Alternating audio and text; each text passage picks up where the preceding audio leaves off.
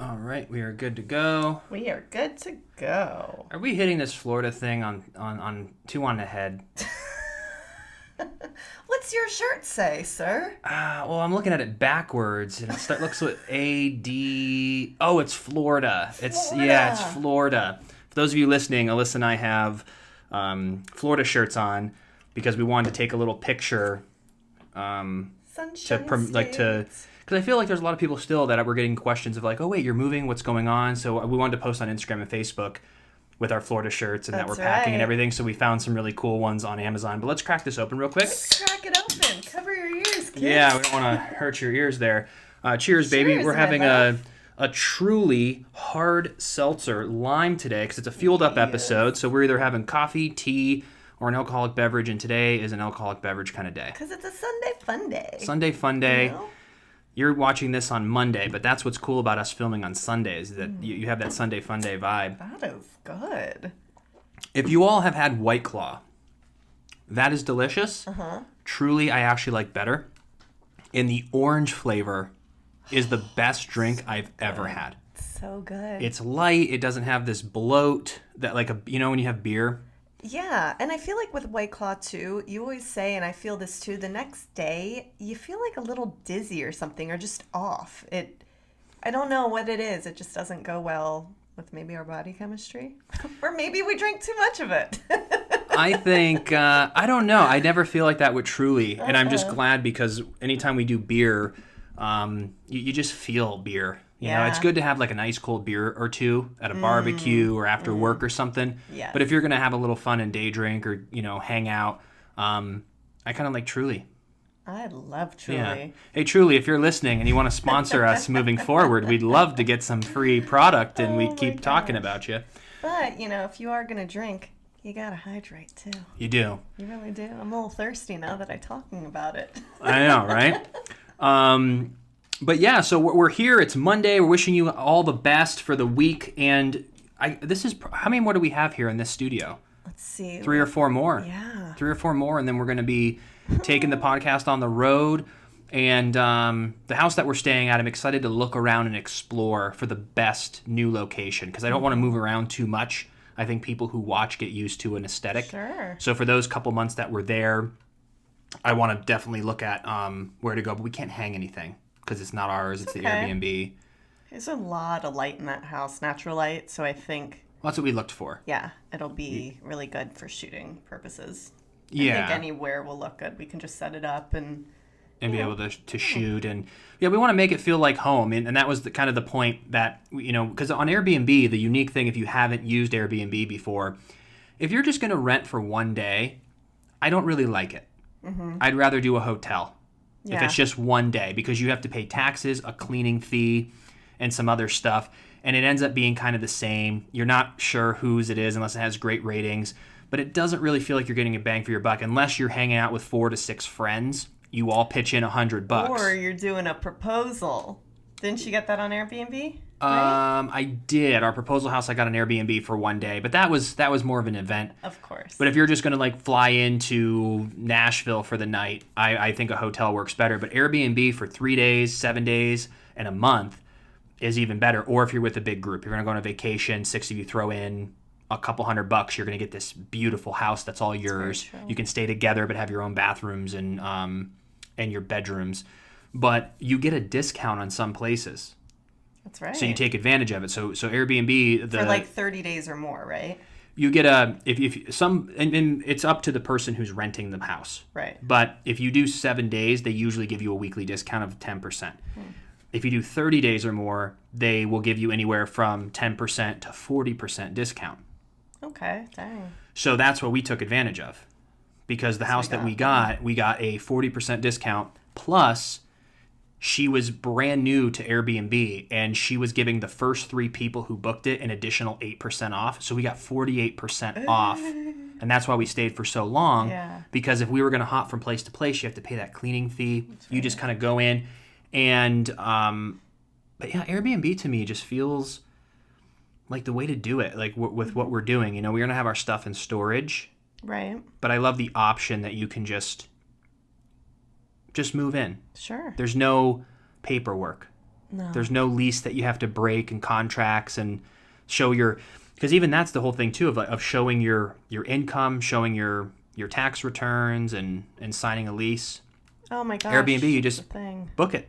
And what I really love about Airbnb right now is they have those little padlocks so that they give you the code and you go into the place so that you don't have to sit and talk to someone and go through this whole process of checking you in. You literally go, you show up, it's your place, you type in the numbers, the code they give you. It opens up, you get the key, and you're good to go. Yeah, it's very, very convenient. It's worked out really well. So we're going to keep looking at... at what the next move is, but I'm just so in like a zen place of really understanding that we're leaving in a week now. Yep. Well, 8 days, but when this is airing, 7 days. It's crazy. So it's gonna get there, but yeah, I'm now that the idea has set in. I'm open to things I never was open to before, because once you are in California, you're working. This is your future. This is your life. It's not healthy to think of other things. You want to make the best of it, and if there's any sort of difficult challenges or anything, you overcome them. You deal with traffic, you deal with certain aspects because you're like, this is what's up. This is my life. Yeah. I'm going to be grateful for the things that are amazing here. Yeah. But I feel now that we've made the shift, I'm starting to see the benefit of different parts of the country. Because the same thing happens for people who maybe have never left their hometown or people who move somewhere and don't travel often. You end up only viewing the world, not everyone, but sometimes it happens. It happened to us. Yeah. If I didn't have my roots of like really good friends in different parts of the country and really paid attention to what's going on, people see the world differently depending on where you live. Yeah. But in California, especially in Hollywood, you start having, you think this is the whole entire United States. Yeah. And this place is specific where people can even guess you're from California. Yeah. So there's something about your environment that kind of molds you. Of course. And then even being in Hollywood, you get molded even more. And we had our foot in the Hollywood sleeping bag back in... Hollywood sleeping bag? Yeah, for like... Please tell me what that is. I kept thinking of like a three-legged race where you put your leg in a sack with somebody else and you're like do a three-legged race. But just that our foot we had one foot in. Okay, with really feeling like at my...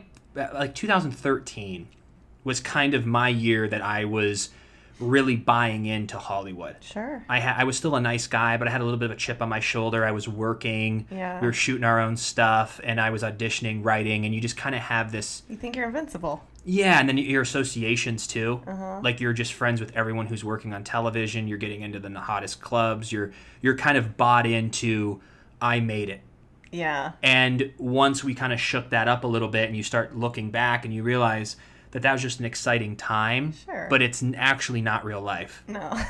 And now when I look at my friends who 3 years ago bought a house, have a kid, got a promotion, have a stable, and Stable. a stable, yeah, where you can look and go, oh, wait a minute, okay, I'm at this company that's been around for 72 years. Uh-huh. I can see how I'm going to build and do all this rather than, is this going to end? What's next? Is this going to end? So it's exciting. But it's weird. I don't know if it's our age. I don't know if it's the environment. I don't know if it's the world right now. But whatever happened, it all kind of just all came together. Yeah. And I just want to be very clear because I know we're talking a lot about like leaving LA and everything, but it's a huge move for us. And I'm looking at California as, I feel like me and California were in a marriage and we were sitting across from each other at dinner with nothing to say. Huh. And we kind of both looked at each other, and California is like, are you thinking what I'm thinking? I'm like, I love you. I'm glad we have 3 kids. We've built a great career. We've done a lot of fun things together. We've grown as people. Yeah. I just think I need a divorce. And California's like, you know what? I'm going to sign the papers right now. It was a mutual thing where now I'm looking back at California. I didn't stay in it where it became toxic. Right. Me and California looked at each other and go, it's just time. And we hugged it out, and we're going to remember all the great times.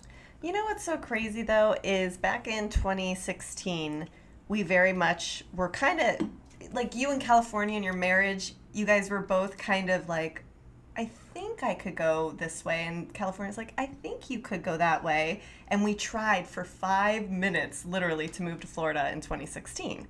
You know, maybe you guys were like separating at the time, not a divorce yet. Just trying a little break. Yeah, just trying a little break. And it pulls you back. And it pulled you back. And so every time... For that passionate makeup love.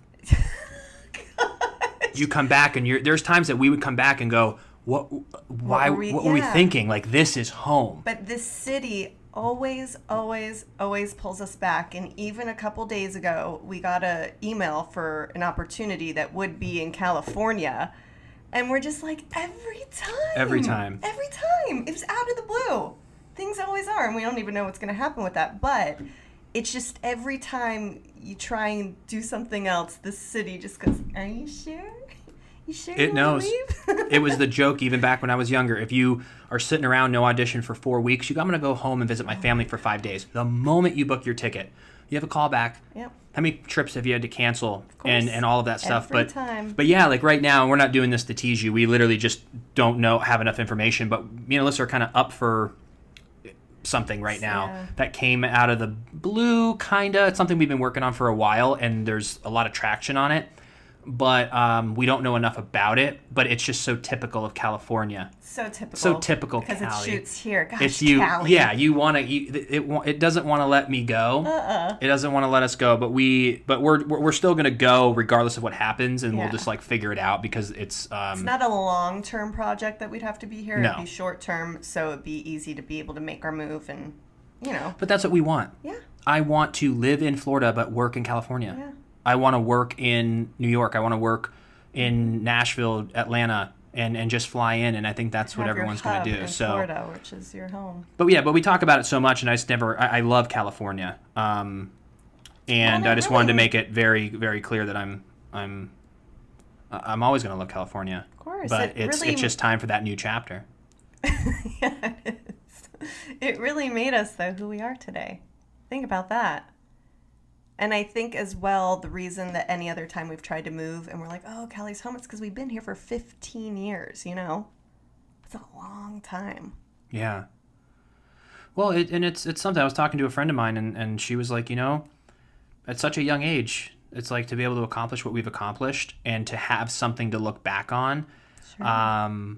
It's just really cool. And we were checking out some of our old vlogs, and I just think we've just had such a fast-paced life that I even forget a lot of the moments.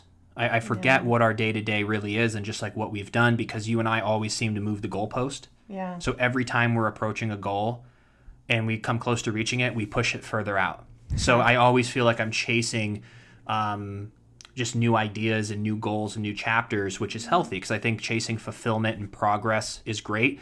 But sometimes I forget to look back and just really appreciate I'm not saying just days. That's very apparent that I appreciate. That I'm very grateful for. I'm saying all the stuff around it. Yeah. Because I've said this before on the podcast. Days, as much as it seems like it was my entire life, days from the very beginning, I worked about 10, 12 days a month. Yeah. For about a decade, and I had some time off in between. But if you think about that, and the days were only on average 6-7 hours if you really averaged it out. So that was only maybe 20% of my life out here. Yep. Everything else we were doing out around it that isn't shown because it's not on TV. Right. All the other work that we were doing, like days was almost this full-time but spare time thing that I did for 10 years that I was known for. Right. But everything else we were doing that's not on TV or being showed.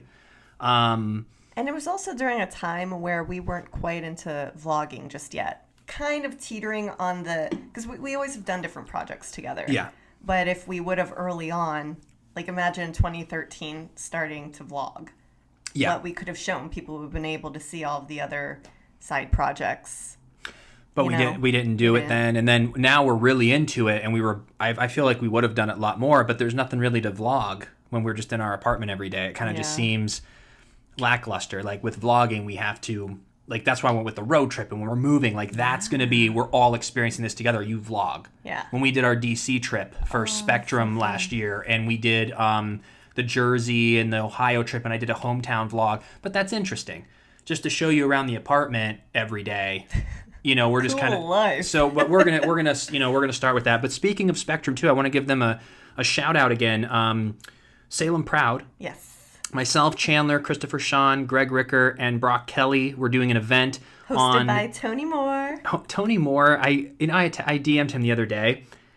He is made for TikTok. Made for it. Please go check out Lounging with Tony. I think is his. You can find it through Instagram or whatever. His TikTok is hilarious. Tony has hosted a lot of the events that we've been at, and he's just got such a gift. And so Tony's going to bring it home with us 5 there, and we're going to be virtual, but it's on October 10th. And if you go to SpectrumCelebrityEvents.com and you use the code FA10 at checkout, you can get 10% off your tickets through September 30th. But we're going to have a good time, answer some questions, and hang out. And you're going to be in Florida at that point.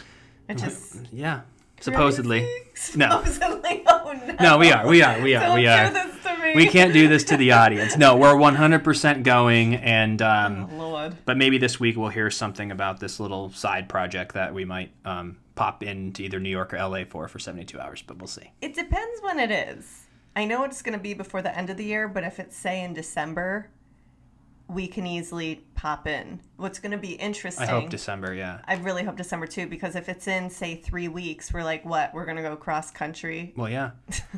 Well, because we lined up work, though. Like those hotels that we're working with, and then the house we're paying for, like, we're going, and then we would just have to, figure out what to do about the plane and all that kind of stuff. But let's hop into this episode here. Cheers, baby, because this is our second Fueled Up episode. Second Fueled Up. Cheers. Welcome, everyone, to the Freddie and Alyssa Show. If you're new to the channel, please subscribe, like, comment, all that fun YouTube stuff. If you're watching on Facebook, like and follow. If you're listening on a platform like iTunes and you want to give us a 5-star review, that would be awesome. Today is a Fueled Up episode. So if you're like, Freddie, what is Fueled Up? Fueled Up means that we're drinking an adult beverage, a coffee or a tea, and we kind of just like talk about life and we just have fun. And today on Monday, if you ever see a Monday podcast, it's a bonus episode. So I know you're used to the Wednesday and the Fridays. We added even another one because Alyssa and I got things to say. We got things to say. So Mondays, the first 3 Mondays of the month are going to be Fueled Up episodes, but these are bonus episodes for members only. So if you want to continue to watch the video, you can become a member on YouTube by clicking the join button below or the link in the description. On Facebook, you can click support now. And it'll take you right there. They're exactly the same thing, so don't feel that you need to be on both, just one. And the $10 monthly contribution will get you access to additional perks like shout-outs, exclusive content. We just did a tour of our apartment for our members yesterday, so if you want to check out our apartment and our slow packing process, you can do that as well. So we're doing additional perks, and then the last Sunday of every month we go live, and all the members are going to dictate the Fueled Up episode through questions, and it's going to be live. So if you want to be a part of that, you can, like I said, click the join on YouTube or the support now on Facebook, and that's that. But yeah, we started 3 years ago. Can you believe that? So I opened up my phone today, and Facebook will show you memories on this day. And 3 years ago, we had our very first episode. It was back when the podcast was called Personal Growth Nation. Yeah. And we were doing it in the car through Be Live. Well, I was in the car. You were upstairs because we had an audio issue. Remember that? Yeah. Like the sound kept bouncing back, and I was like, we're going live in 2 minutes. Let me run down to the car. And we did our very first episode. But it was kind of funny, too, because I think I was interviewing you on it. Like, things have changed. Yeah, we were trying to figure out our move. Because remember in my opening, I always say, we've been putting up videos now for a couple years. Yeah. We've been putting up videos now for 3 years. That's crazy. I didn't realize that.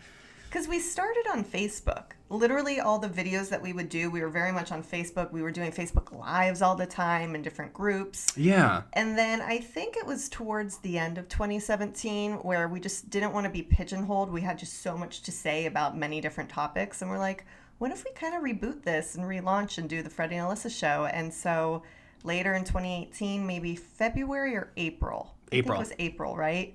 That's when we had Christopher Sean. Yeah. So, yeah, if you guys are on Facebook, it's probably interesting. Maybe don't go look at the very first one. They weren't bad. No, they were good. Just different. We were trying to find our voice. We were trying to find how to talk with one another. And, our job is to make this look easy, to be enjoyable. When you watch a podcast, you want it to be intriguing. You want to be able to listen to a conversation, and you want to be engaged. Yeah.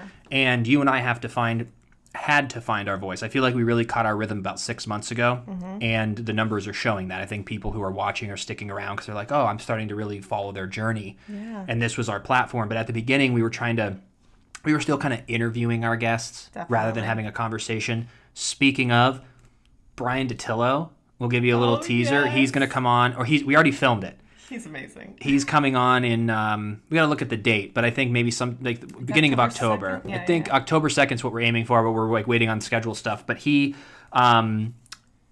we just had like this great conversation, and we talked for almost an hour, but it went by like that. So quick. Because we were having such a fun time of just like, he's a special human. Yeah. Just a delight to chat with. Yeah. And it went by so quick. But it was really crazy, though, because when you look back at, like, say, our very first episodes in 2017, we were trying to figure out, like, our flow. And we would speak sometimes a lot to camera.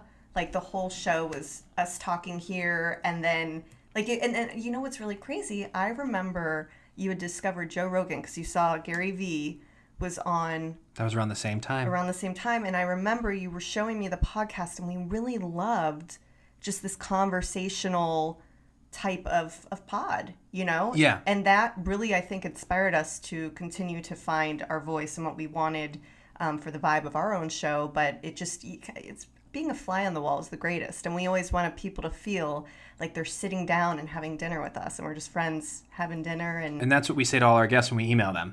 We say, just to let you know, it's not going to be live. It's going to be recorded, and try to have a laptop if you can. A cell phone still works great, and we also want the vibe to be like we're a bunch of friends having dinner, and the audience is a fly on the wall, being able to listen to a conversation that we would have at dinner, rather than so Alyssa Tabbitt, you're from. What was that like? Like the rigid Q&A where you can feel the other person kind of have this. I hate that. Where you're like, oh yeah, I'm from Ashtabula, and then you just sit there. And then they kind of give that cue of like, okay, I'm done talking. Now what's my next question? So we try to go, how do we create an environment where our guests feel comfortable so that it's a conversation? And I always feel when our guests ask us questions, it's the best. It shows that we have almost got rid of that fourth wall.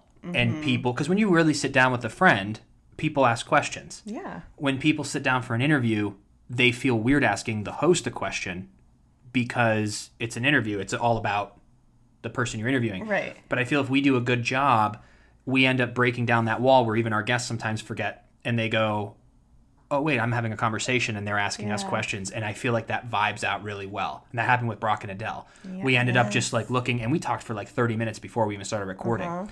So it was just the vibe is that's what we go for, because I think there's a lot of space right now in the world for conversation. I think people are hungry for information, for different points of views, and for real talk that doesn't have any sort of motive behind it. Yep. Like our main motive is just what we always talk about. How do we educate, entertain, or inspire? And just have conversation. Like, this is my platform. Have you noticed? I like talking. It's crazy, though, because when we went back the other day and watched the vlogs, the early vlogs, probably from 2017, 2018, we were in the car during one of the shots, and we were having a conversation, like, longer form, and you go, this is, like, what our podcast is. But it was in a vlog, and we were already doing it. Like, that was already our niche. It's what we like to do. Have conversation and go back and forth and, just learn and ask great questions, inspire, entertain, educate. So we were doing it back then. We just didn't even know it. Yeah, that's what you just got to do. I think that's one of the most important things is just try something new and creating a schedule. That was one of the things we've always known, that building a business or being a self-starter, you have to have a schedule. And that's why I'm happy we have one now with our podcast. It allows the audience to kind of know, oh, here's what's coming. It gives us accountability to know this is what we're doing. And even when we moved to Florida, I want to start some new habits, because there's something when you move, it's easier to start a habit because it's a new environment. Yeah. And I really want to focus on getting outside and doing some workouts, but making it our non-negotiable first thing we do. Yep. I want to wake up. I don't even want to touch our phone. I really want to try to wake up, have coffee, plan our day for 10 minutes. Like, what are we going to do for the day? Go do our workout. Whether it's walking around the block, whether it's we're going to order some stuff from Amazon, which I'm excited about. And then when you come back, you eat healthy, and then you sit down, and then you grab your phone, and you start your day. But I think we need to do that every single morning.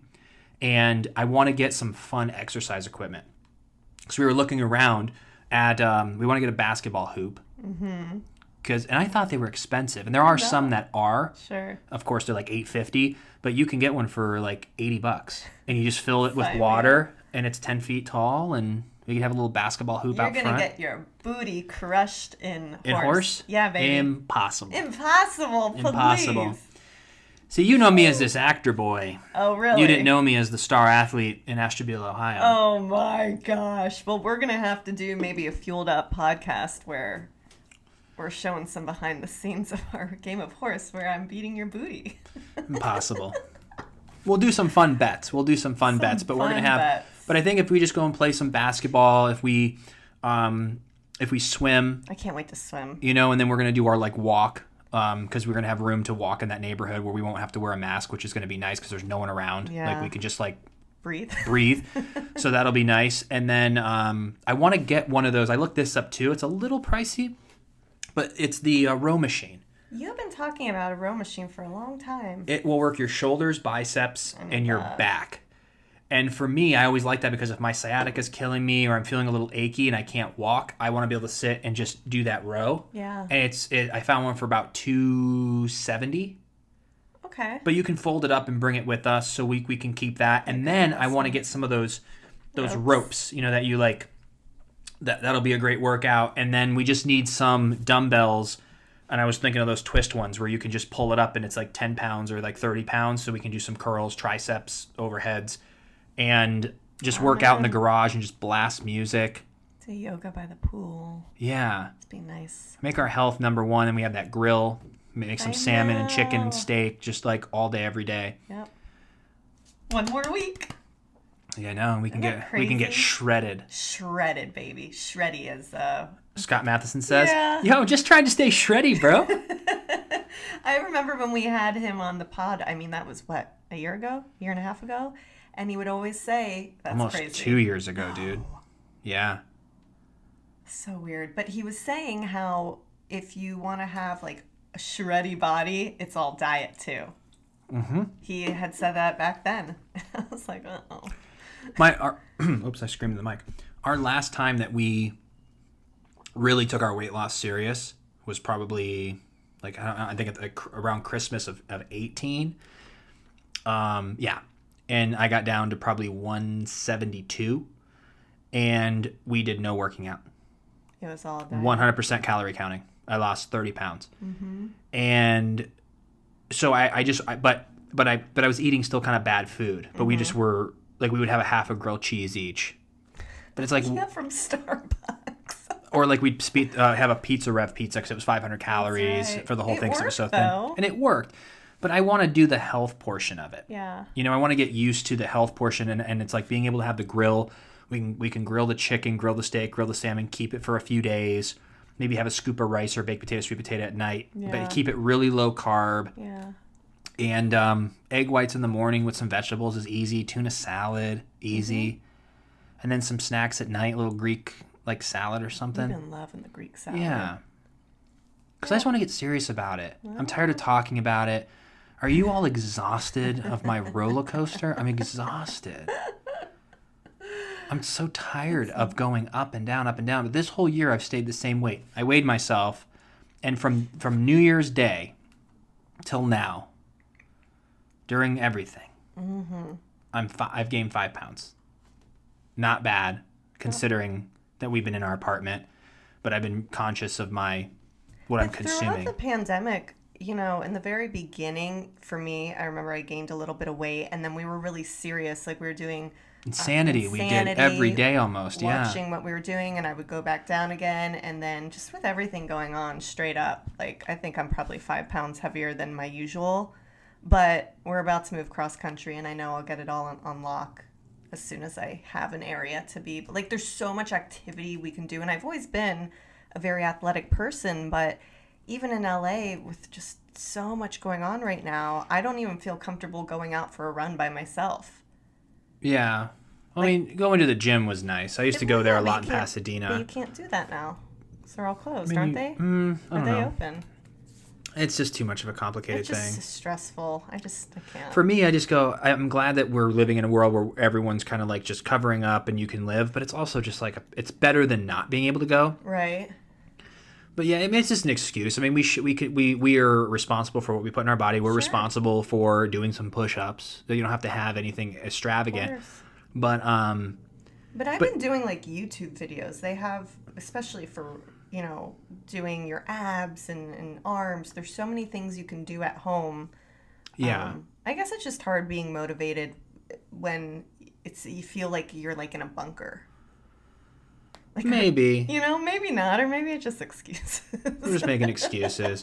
And you're packing, you're getting ready to go. It's kind of like being on summer vacation, or if you're on, we kind of feel like the past month's been a vacation in the sense of you're getting things together and you're not, it's kind of hard to start any sort of like meaningful routine when you know it's going to be broken. That's true. So we've been kind of having fun with it, but still being good. Like I feel very good about what we did this year. Yeah.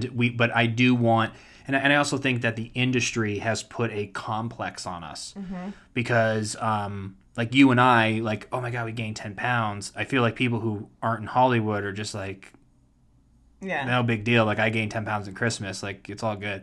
But we're so used to managers and agents and the business telling you, like I've been told in my life, like probably a dozen times from managers, agents, like, hey, you need to lose weight. Yeah. Like, or hey, you need to build muscle, or hey, like your stomach's not defined enough, or hey, like we need you to get thinner.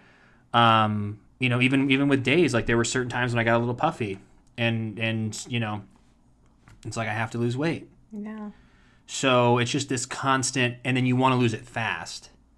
So that's unhealthy because then I crash diet and I lose it. But then as soon as I'm thin, I'm like, I'm gonna like eat again. But this year, because I wasn't on camera, I didn't have any. I just was. My body wants to be at this weight. Yeah. I didn't have to really even try. Yeah. But to stay at like a 170, I have to actively make sacrifices every day to stay at that weight. Yeah.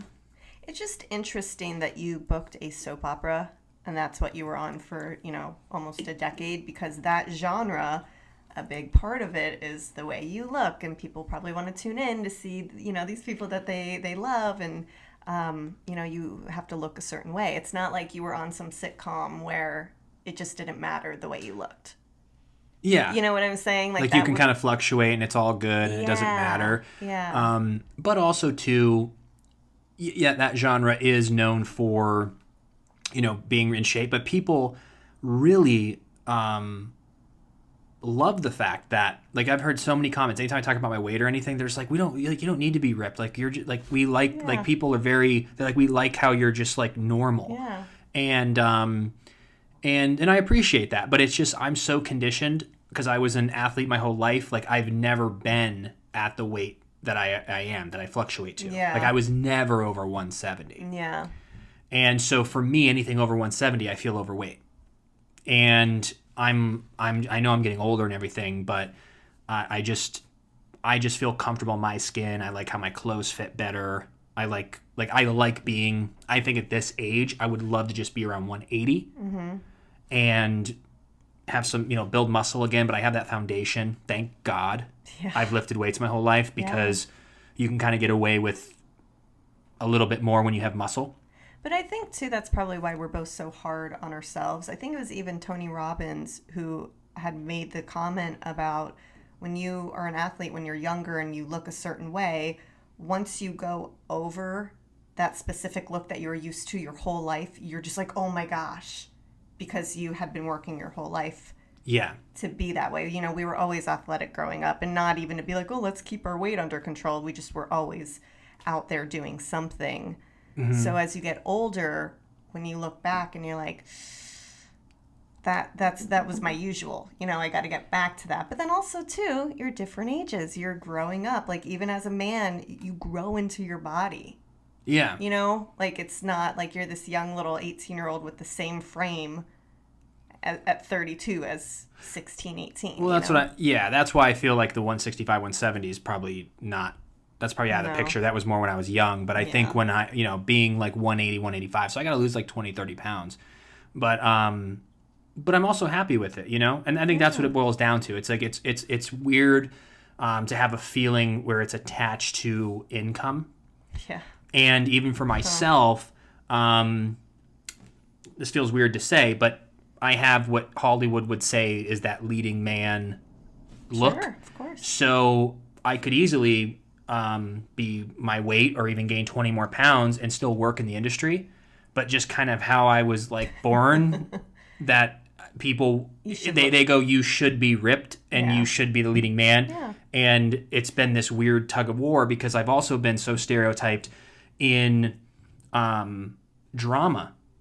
Because, yet again, it's like, but my biggest thing is comedy. But I've never had time to really showcase that. Sure. But it's because, yet again, of how I looked. Like, I was this, like, attractive 22-year-old, like, bright smile. Like, especially back then, like, what people wanted in film. Yeah. But I was never, because how's a 22-year-old who's attractive in that way, you don't think of them as, like, some comedy person. Right.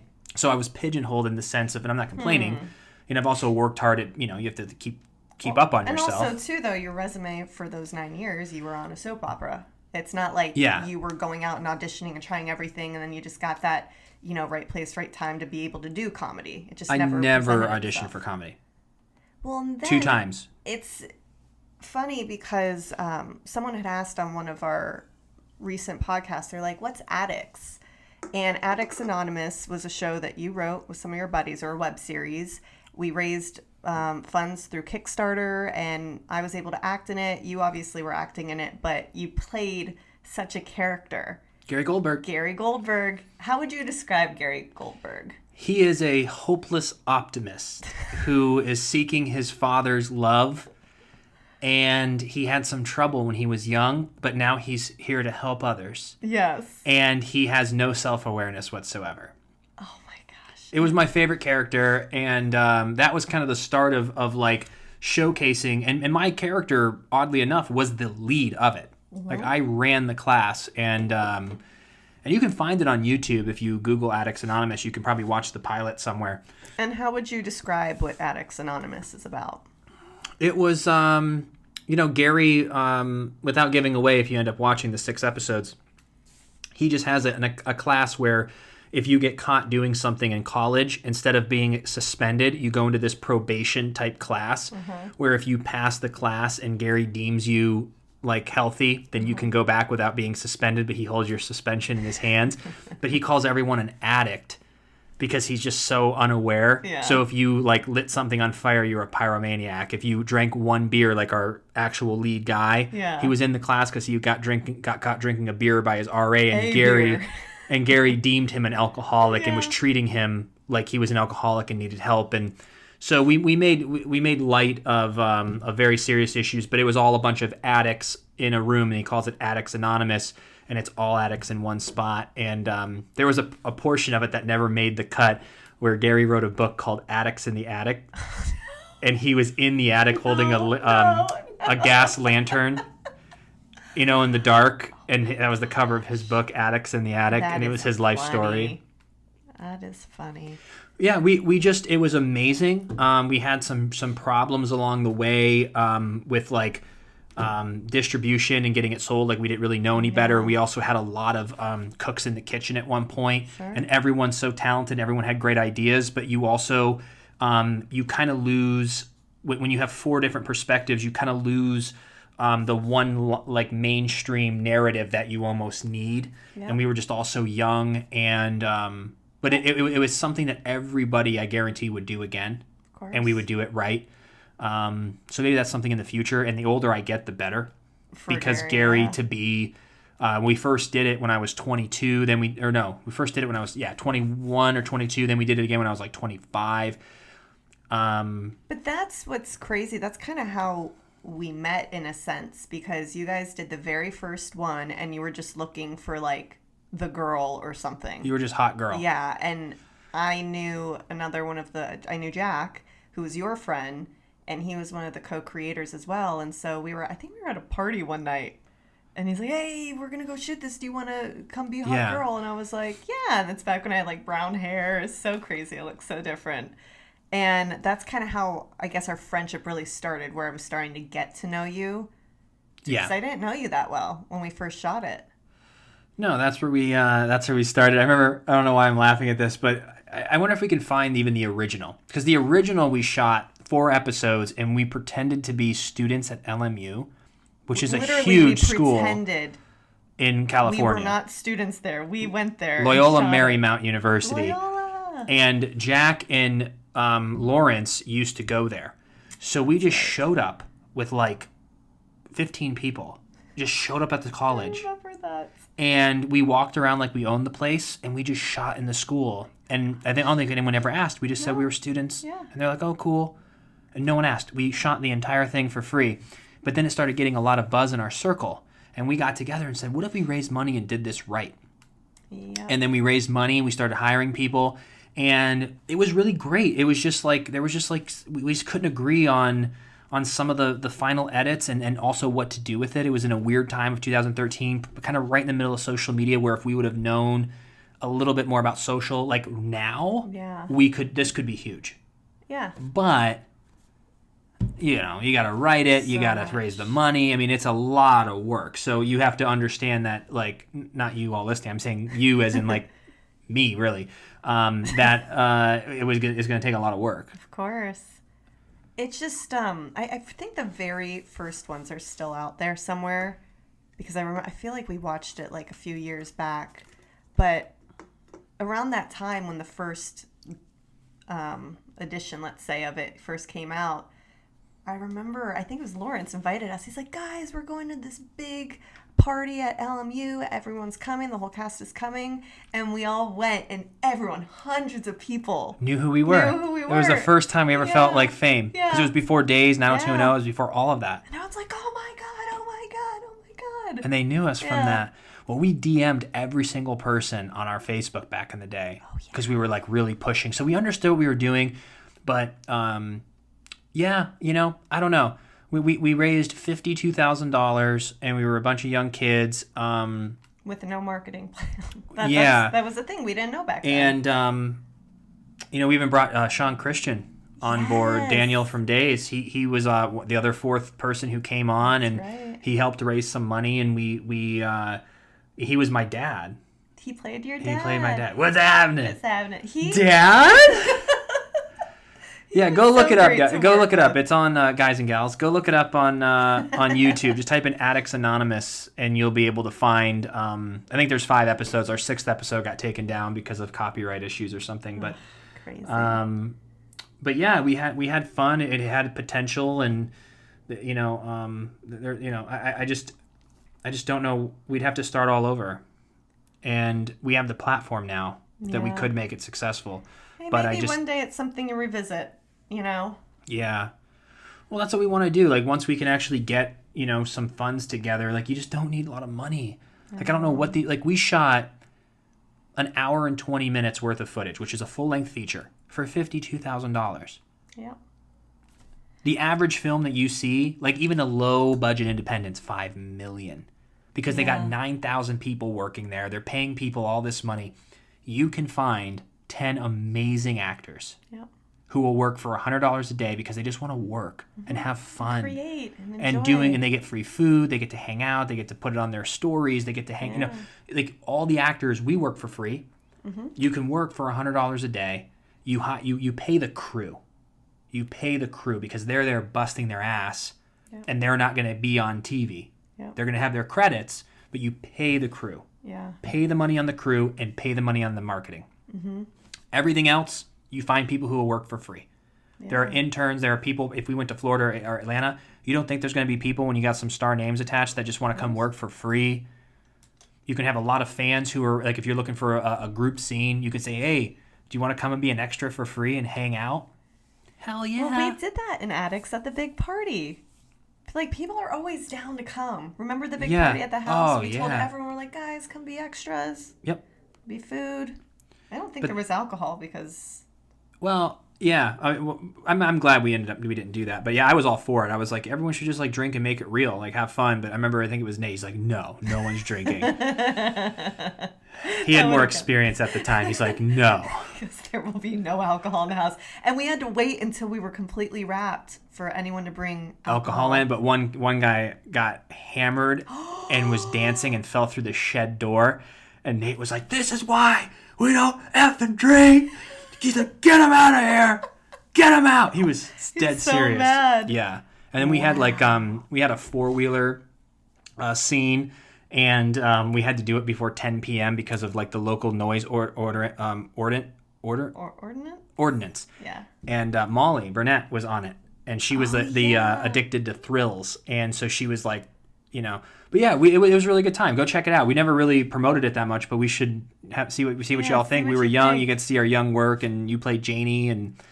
Oh, Janie. She yeah. was a sex addict. Yeah. So it's a little more risque Oh. than you usually see. Remember Rakefik comes up, she goes, "Hi, I'm Georgia and I like to eat. Call me." And I go, "That's not happening." But the whole thing, we improv'd a ton of it. But yeah, maybe one day we'll redo it. But that's what we want to do. We want to build a hub. I want to make Unplugged. Maybe we could revisit some web series. We have another idea called Great Purchase.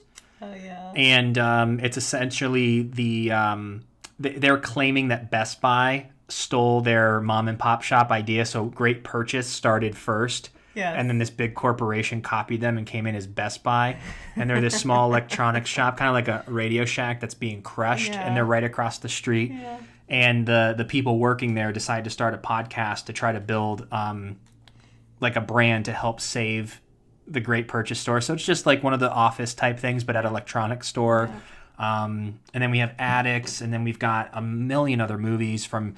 and I like sharing all of these because for somebody to take the idea and actually do it's almost impossible because it's just so hard. So I don't mind sharing them. We have another one called Squatters that me and Nate wrote, where for people who don't know Squatters, it's actually a really serious issue. And we talk to our friends who are real estate agents where people break into houses that are for sale, change the locks, and then you can't get them out because if you're a squatter, the whole property is like 9/10 the law. There's some sort of, I'm probably butchering that, but you cannot get people out of an apartment even if they're squatting. And so what they do is a keys for cash program where it is way cheaper to just give the squatters money to get the hell out of the house than to have to prove that they don't live there and to actually get them evicted. Mm-hmm. So it's this young group of kids who go to these Hollywood mansions that are for sale and they squat there and they get into this huge feud. But the twist of this movie is that there's these masked men that are breaking into this house looking for a mysterious safe, and the squatters are mistaken for the real owners. So they ended up squatting in someone's house who's like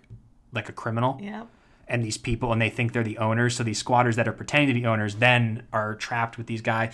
So we've had just movie after movie. We have tons. I want to shoot these. Do you remember the very first script we wrote together? It was a horror film called Customers Only. Yep. I mean, that was 2011? That early? Yeah. I remember we were living in the very first spot with Mio, and we would just go to that computer upstairs and sit and talk and write and just... every day when I got home from work. And that was a group of kids drive to Vegas and they stop at a beat down gas station and the guy doesn't let you use the bathroom unless you're a customer. Yep. And then one of the kids is like, "Yeah, well, F you, I'm using it." And so he ends up if you don't buy something, he kills you basically. Yeah. And they get stuck at this gas station, they get locked down. Yep. I'd love to go back and read those type of scripts. I don't even think we have that one. That's somewhere. Somewhere? There was even one that Brett found that I sent him called Crave. And it was essentially this killer who was at this... so as I used to do this as a kid where... Well, I only did it once. But without giving too much detail. So essentially it's just when you're in high school, if you can find a house or an abandoned building to throw a party. Yeah. Or just somewhere. And so these high school kids found this abandoned mansion. And they're like, "Oh, we're going to throw this party here." So they have this huge party, but there's a killer who lives there. And he ended up luring them there, and there's a whole story to it, but he just craves, killing people. It was, really lame. And then I had another one called Pitch and Catch, which I've yet to see ever made, which is a relationship between the pitcher and a catcher in baseball. Huh. And this friendship and bond, because you have to trust each other. Yeah. And so there was that one. We have the Gamble Estate, which is kind of like a Maze Runner in a way, where this whole entire group of people wake up in this house and all the windows have metal over them and they're stuck, and they all, when this buzzer goes off, have to take this pill, and they're all these lab rats, and they're trying to watch, but only the strong survive because they're starting this new society. Yeah. So they want to see who's mentally tough enough to make it. But we've written so many. And then the rom-com Confessions of a 20-something City Girl. You'll do that one. Yeah. It's so weird looking back, 'cause I remember in 4th grade, I used to go home after school and I'd sit and I'd type out stories, and then I would go to my teacher and I'd be like, I wrote a story, can I read it to the class? And I literally would do it all the time. Wow. Is it like, it's so weird how there's just something in you that you just like it. That's just creating stories and telling stories. Even you, I mean, with your editing, like, you've been doing it since what, 19? Yeah, I just started editing.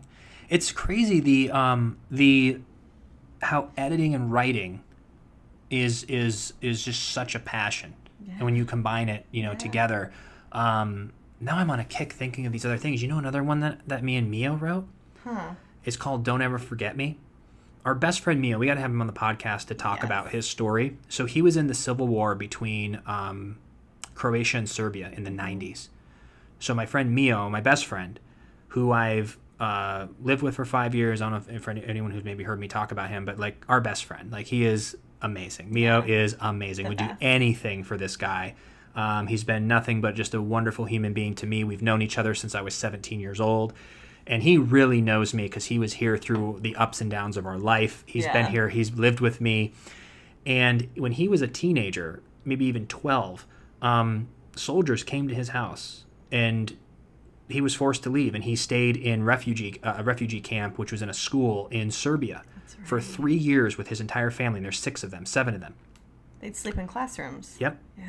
And his story is fascinating. I got to have him on. We want to have him on. We've talked about it before, but I also want to make sure he's comfortable. But we made a movie about it where it's essentially this love story between his mom, his mom's character, and this other man, and then him as a young kid. So it's this story about these two 12-year-olds. So you see young love, and then you see this marriage that's not good, and the wife falling in love with another man, but it's so forbidden. But you're watching this older love and this young love simultaneously happen during this place where they're in a refugee camp.